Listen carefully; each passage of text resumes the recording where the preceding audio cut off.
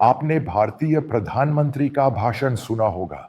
मैंने उन्हें यह कहते सुना कि भारतीय सामान स्वदेशी सामान से खरीदना चाहिए।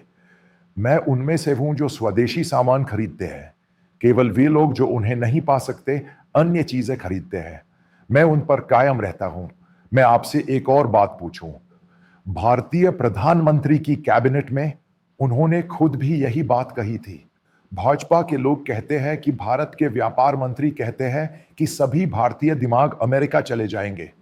वे वापस क्यों नहीं आ रहे हैं? यह H1B वीजा से संबंधित है।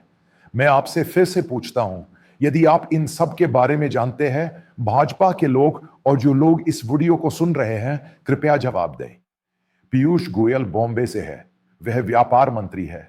इससे पहले उन्हें कुछ समय के लिए वित्त मंत्री का पोर्टफोलियो दिया गया था। जब अरुण जेटली बीमार थे, तब उनके 2 बच्चे हुए। दोनों बच्चे कहाँ हैं?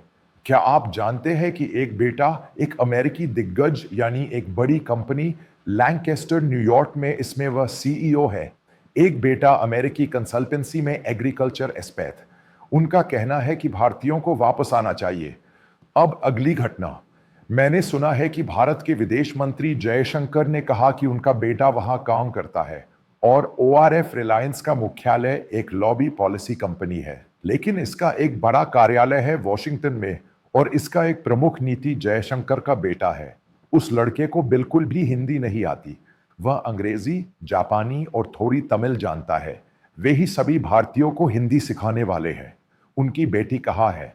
वे लॉस एंजल्स में संगीत उद्योग से जुड़े हैं और उनकी अपनी कंपनी और कार्यक्रम है।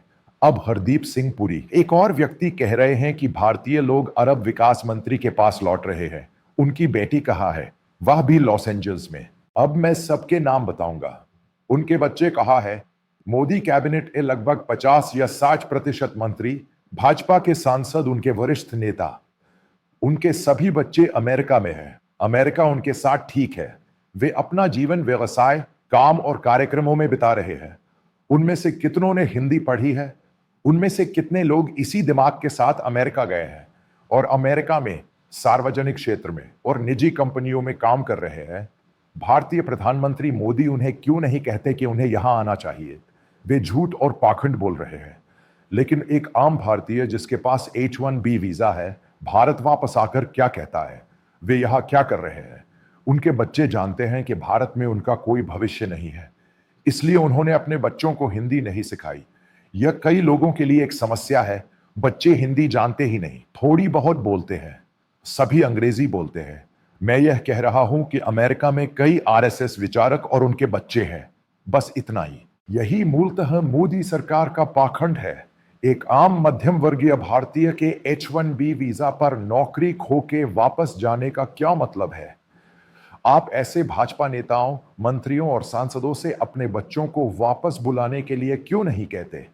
वे सभी यहां बड़े स्कूलों और बड़े कॉलेजों में पढ़े हैं।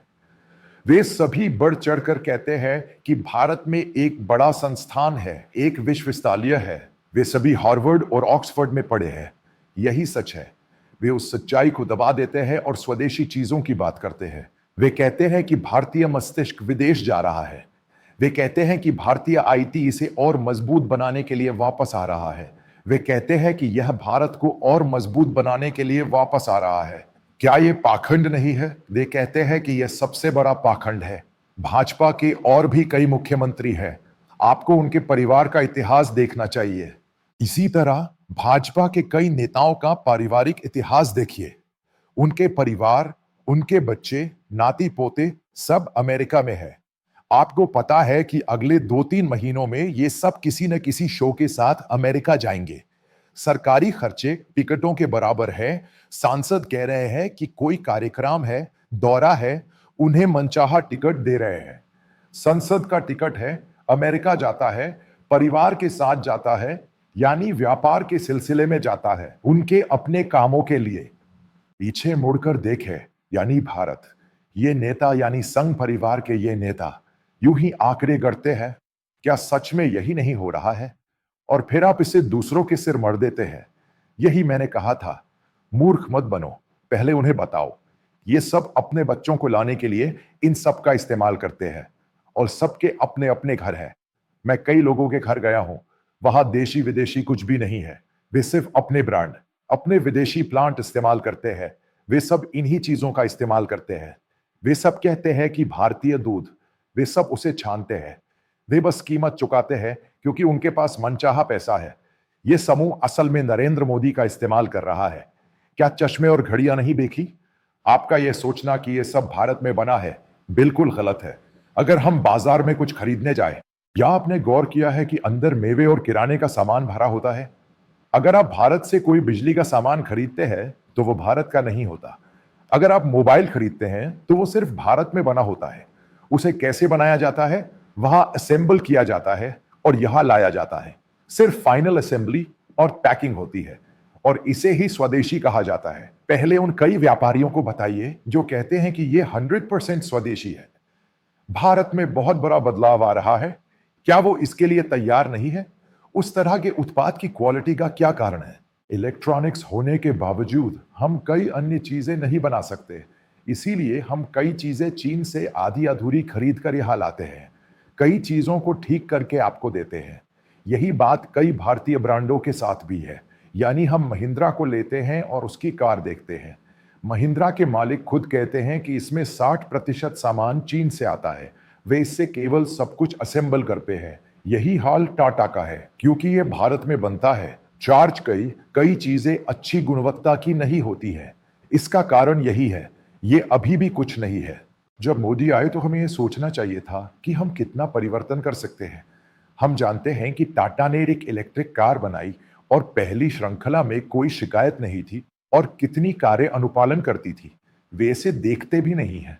इसी तरह उन्होंने एक इलेक्ट्रिक स्कूटर बनाया और आग लग गई और वो जल गया। लेकिन ऐसा दावा नहीं होना चाहिए क्योंकि हम इसे अपनी अत्याधुनिक तकनीक से बनाते हैं। इसमें समय लगता है। लेकिन जब हमारी बनाई हर चीज अचानक जलती है तो उसका फायदा आम आदमी का नुकसान होता है। हालांकि यह तय है कि इस जीएसटी के तहत कुछ सामान सस्ता होगा, लेकिन सबसे बड़ी समस्या यह है कि जब कोई सामान खरीदने आता है तो सड़कों पर खड़े पुलिस वाले उसे रोक देते हैं। वे पुलिस कर्मियों ने रिश्वत पूछा। अगर जीएसटी पर टैक्स कम हो जाए तो इस पुलिस वाले को रिश्वत देने में कितना पैसा लगता है? यानी जब गाड़ी 500 या 600 किलोमीटर चलती है, यानी जब जीएसटी का टैक्स कम होता है तो सारे पुलिस वाले पैसे वसूलते हैं। मैं यूं ही नहीं कह रहा, भारत का पूरा हाईवे पुलिस का ऑपरेशन है। अगर आपको कोई शक है तो बस उत्तर पश्चिमी भारत या दक्षिण भारत या किसी भी हाईवे पर चले जाइए। पुलिस सड़क के 10 या 15 किलोमीटर से पैसा वसूल रही है। अब जब कोई ट्रक 600 के या 700 किलोमीटर चलता है तो उसमें टोल और दूसरा चार्ज जुड़ जाता है। इस जीएसटी छूट से उसे क्या फायदा होता है? फिर इन सामानों की कीमत में कमी किस बात की? यही समझने की जरूरत है। असली मुद्दा पुलिस और सड़कों की इस कलाकारी से दूर होना नहीं है। मुख्य बात भ्रष्टाचार है। अगर इसे कम किया जाए तभी आम आदमी देखेगा कि कुछ सामानों की कीमत कम होगी। मुझे उनकी बातों में कोई बदलाव नहीं दिखता। ये सब खोखले वादे हैं।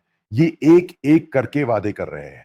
इसी तरह पहले नागरिक बनो और इन नेताओं को, बच्चों को भारतीय मानस में वापस लाओ, फिर बाकी बात। यानी इन नेताओं और राजनेताओं को अनुभव करने वाले आम आदमी को इनसे कोई दिक्कत नहीं है। ये अमेरिका जा सकते हैं, 5 स्टार होटलों में जा सकते हैं, बिजनेस क्लास में जा सकते हैं, इनका काम चलता रहेगा। लेकिन ये आम आदमी के किसी सवाल का जवाब नहीं देते। यही मोदी सरकार की सबसे बड़ी त्रासदी है।